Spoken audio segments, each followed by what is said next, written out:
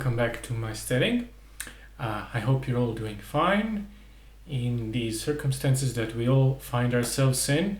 But to attempt to lift everyone's spirits, I would like to recommend a book. I just read it in one sitting, and it's been on my TBR shelf for quite a bit, but I wish I read it sooner. And it is The Collapsing Empire by John Scalzi. Now, I've read quite a bit of space opera, and I actually read most of Scalzi's books. I read, of course, his Old Man's War series, which is a favorite of mine. It's a series that has this page-turner quality, a very good sense of humor, if you're into that sort of humor, which I am. I read Red Shirts, which I could take or leave. It was fun, but I don't think the prose was up to snuff. I read his remake, if you can call it a rewriting of a book in public domain remake, Fuzzy Nation. That was fun. So it's safe to say that I'm quite familiar with his work. Now, why haven't I read this series earlier? Well, it came out 2016 from Tor. It has been highly publicized, and the reason in part that I haven't read it yet is because it has been compared to Dune, and that's the reason why it kind of put me off, because I like Scalzi a lot as a light-hearted, very readable, very enjoyable space opera, and I also love Dune, but I don't find them good together in any shape or form. But it's safe to say that I did enjoy this. So let's go into this. What's this about? Well, the main premise is humanity spans over dozens of worlds, and it has formed an empire. And this empire is called interdependency. It is called like that because the planets are entirely dependent on each other and the commerce via flow.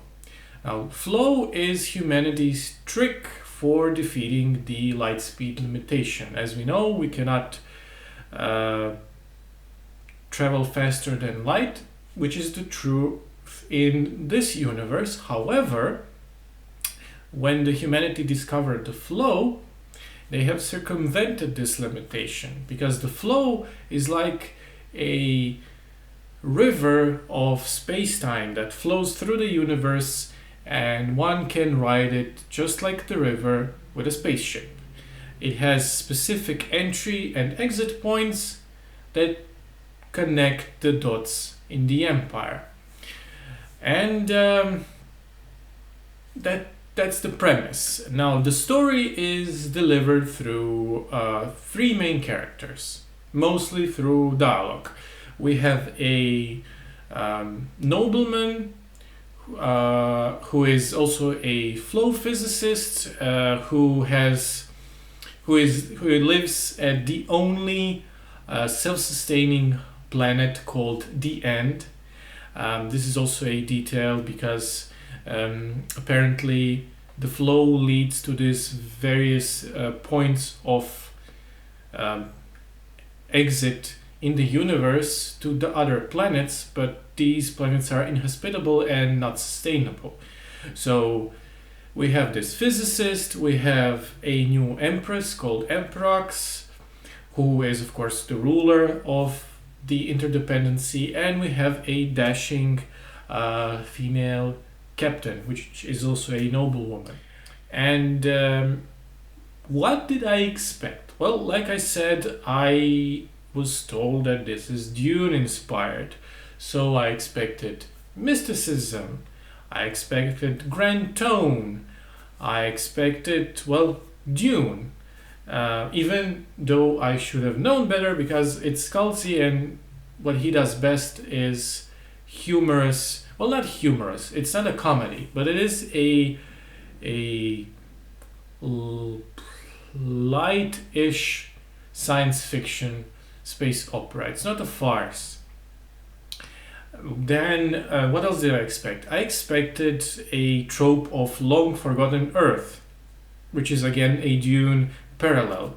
Loose science, a lot of hand waving, a huge cast of characters, because again I saw noble houses immediately. That's where my reference goes. I saw a MacGuffin of sorts, because of course you have spice in Dune, so I was wondering what is the MacGuffin of this world.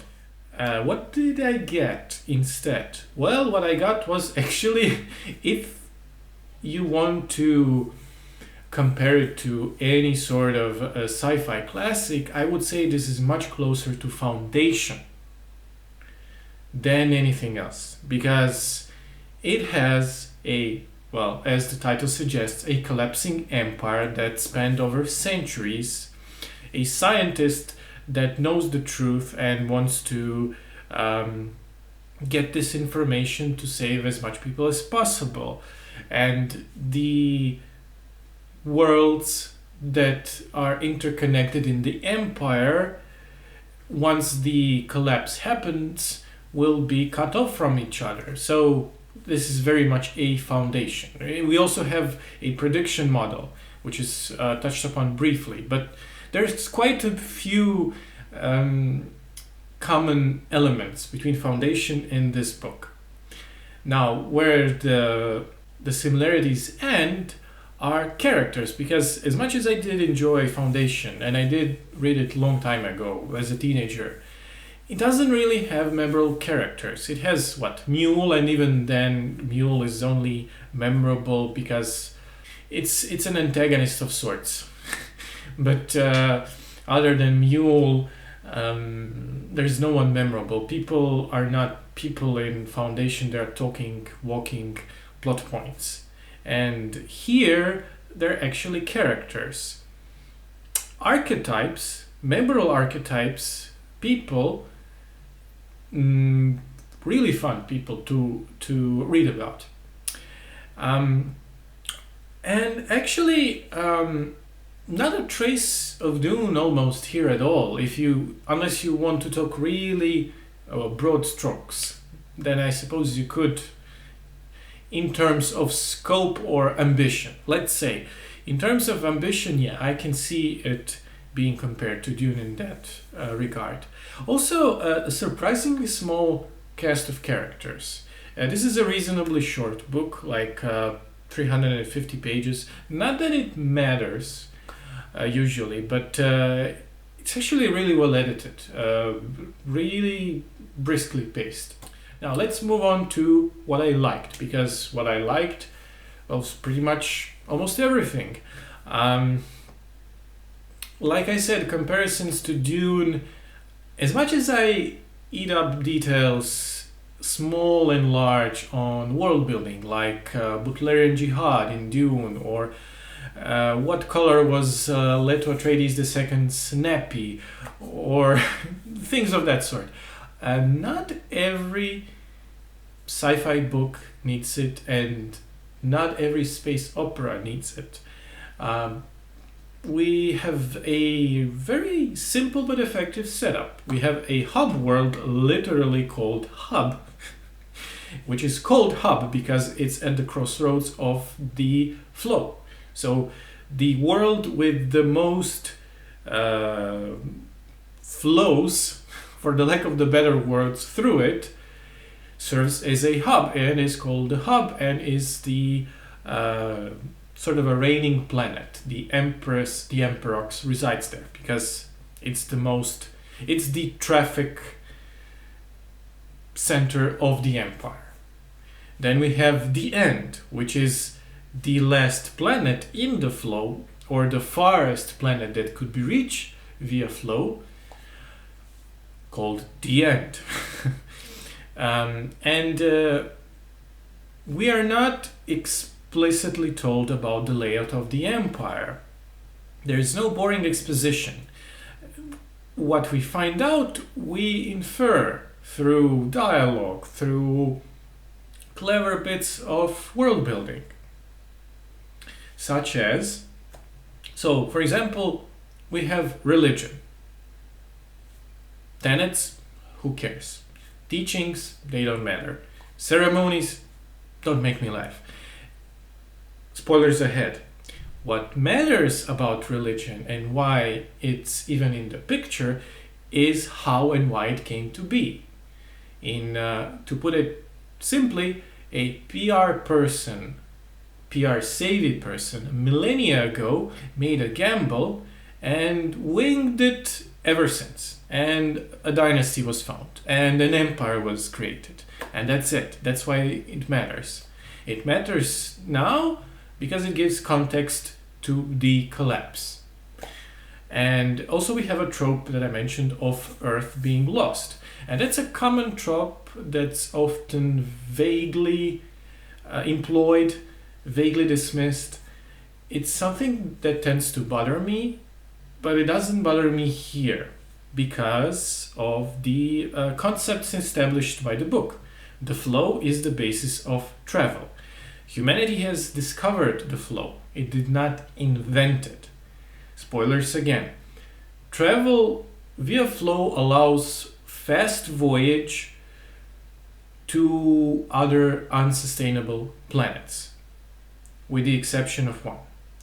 So people dig in, they live under the surface, underground. It has been established that the flow is shifting.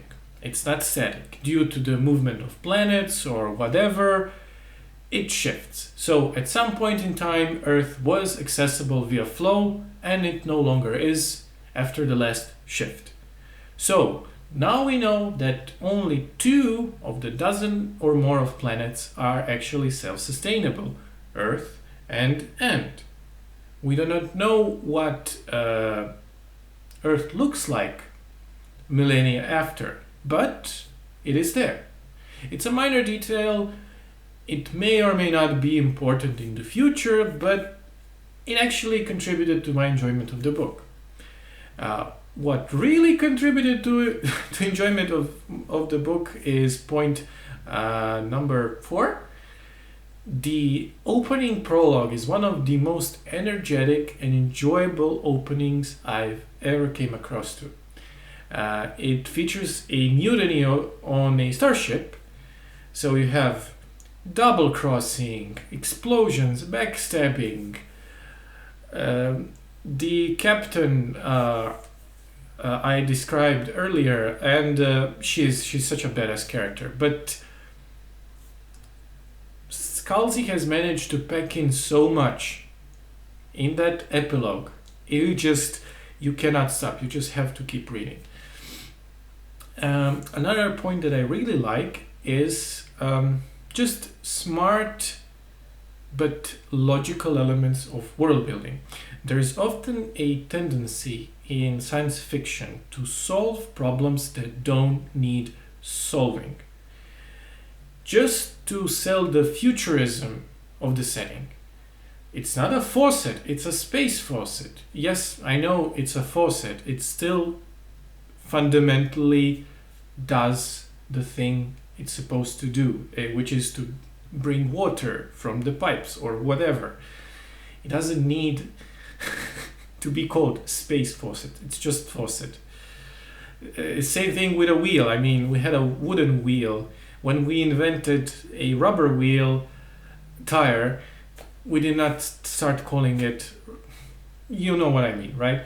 So Scalzi doesn't fall into that trap. And it's something I really appreciate. Also, something that really cracked me up was the naming convention of starships in this world. Ships like, yes sir, that's my baby, and tell me another one. There's more. Honestly, I'd love to get a hold of Scalzi's notes and just to see all of the ship names that did not survive the edit, because ship name alone are just hilarious. They were hilarious to me. And lastly, the characters. Now, they're not super deep, I'm not going to lie, but they are dynamic archetypes, as I said. a not a rogue captain, but a not playing by the rules captain, who wants something to prove to her family. Then we have a shy, sheltered scientist who has a sister who is kind of the exact opposite of him. Then we have an empress, which did not want to be an empress, which is also a common trope. But when they interact with each other through dialogue in the scenes, it really comes to life. It really works. That would be it for what I liked. Now, what I didn't care for, just a small detail, a minor element, which is naming for characters. On one hand, I genuinely enjoy when fictional names in a far-flung or a fantasy setting work. And I like when they're creative. I like when I can think about the influence. Oh, this is, I don't know, a Mongolian influenced name. Oh, this is an old Roman name. Or this is an old Arabic or Persian name. I like non-Western sounding names when they're done right. And here some of the names are just, I don't know, random generator results. They don't really stay in your mind, not really, which is a shame. And let's move on to predictions for the next book, because I already have it on my Kindle and can't wait to get onto it. Well, hopefully, and I really hope, that next book doesn't pull a time skip. I hope we dive back into either the backup plan of the what were they called? Noha Ma Petan family, the one that orchestrated the attack on the Empress, if they have one. I also don't expect for the rest of the nobility to fall in line behind the Empress. They now know the information about the flow collapsing, but they either don't believe or don't want to believe, and it's inconvenient to believe. So what next? I hope that Earth is explored, if not in this novel, at least in the third novel, which is the end of the trilogy. I think it comes out this summer. To sum it up, my verdict, well, what I appreciate about Scalzi is that despite everything, I never feel any sort of air of self-importance from him. His books are accessible, but they don't talk down to you. They're lean, capital F, fun science fiction romps. And oftentimes they actually deliver on the science fiction front. They are not comedy books, not his space opera stuff. Stuff like Red Shirts was much more of a direct parody, which is why I don't think it worked quite well. But it's fun. I hope it sticks the landing with the next book and the ending of the trilogy. And I heartily recommend it. If any of you guys, gals, and others have read it, enjoyed it, or haven't enjoyed it, please comment in the description. And as always, thank you for watching and supporting me. Bye-bye.